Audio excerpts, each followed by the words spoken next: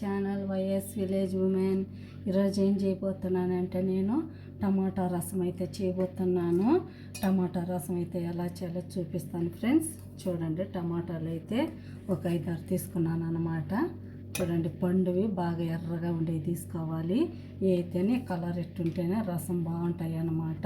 చాలా సింపుల్గా మనకు జ్వరం తగిలినప్పుడు నోటికి పుల్లగా చాలా బాగుంటాయి ఫ్రెండ్స్. ఈ రసం అయితే కొద్దిగా అయితే చూడండి, నిమ్మకాయ సైజ్ అంతా చింతపండు అయితే కొద్దిగా తీసుకున్నాను. ఇప్పుడైతే ఇందులో వేసుకున్నాను అనమాట. ఇప్పుడు ఇందులో కొద్దిగా ఉప్పు వేసుకొని మనం టమాటాలు అయితే పిసుక్కుందాం. ఇప్పుడు ఇందులో మనం ఉప్పు వేసుకుందాం.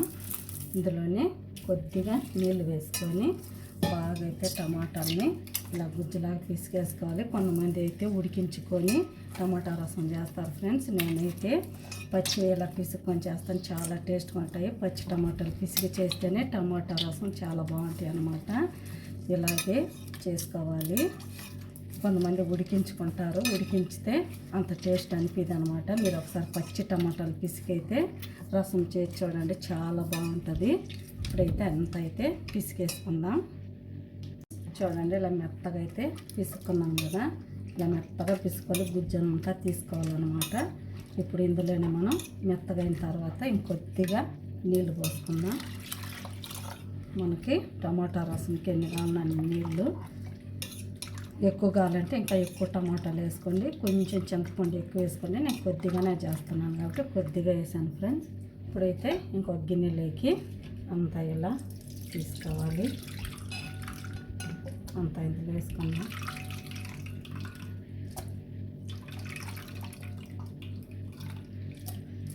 ఇంకా కొద్దిగా ఉంది కదా, ఇంకా కొద్దిగా టమాటాల్లో ఇంకా గుజ్జు ఉందన్నమాట. ఇంకా కొద్దిగా నీళ్ళు పోసుకొని అయితే మళ్ళీ కొద్దిగా అయితే బాగా ఇలా పిసుక్కొని గుజ్జు అంతా తీసేసుకుందాం.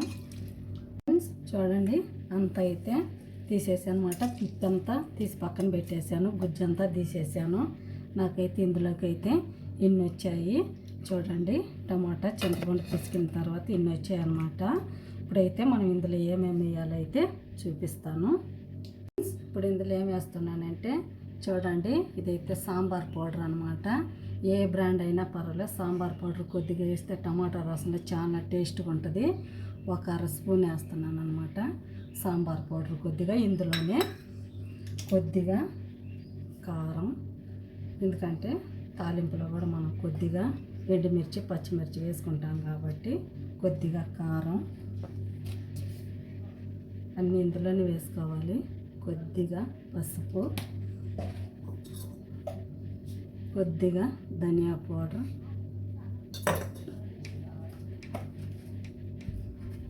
కొద్దిగా మిరియాల పొడి అనమాట.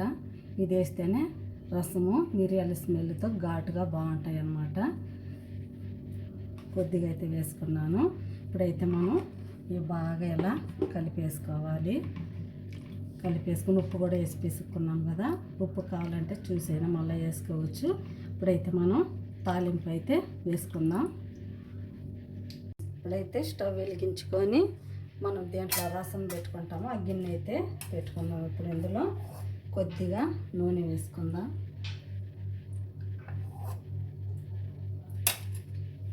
నూనె వేడెక్కనిచ్చి ఇందులో ఆవాలు వేద్దాం ఫ్రెండ్స్. నూనె ఇప్పుడు ఇందులో ఆవాలు, కొద్దిగా జీలకర్ర, కొద్దిగా పోపు దినుసులు,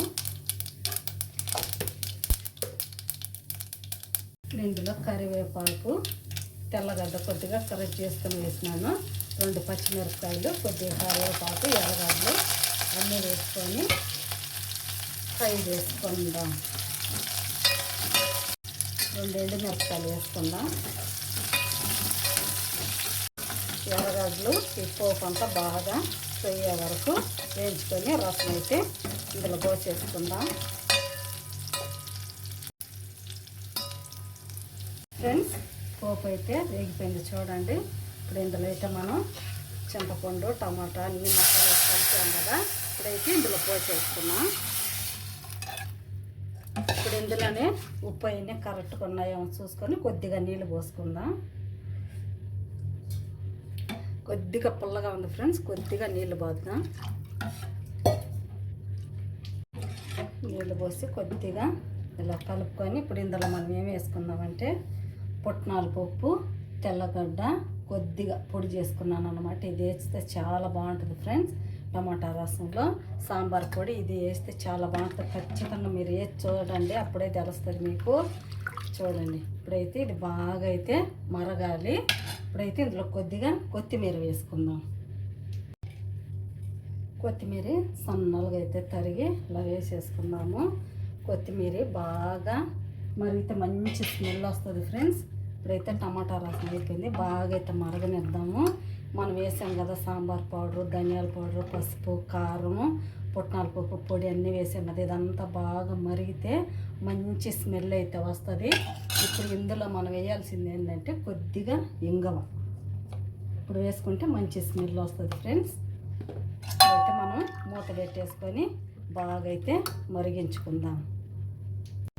కొత్తిమీర వేసాం కదా, ఇప్పుడైతే కలిపేసుకొని మూత పెట్టేసుకొని ఒక 5 నిమిషాలు అయితే బాగా మరగాలి ఫ్రెండ్స్. మరిగితేనే టేస్ట్ వస్తుంది టమాటా రసం.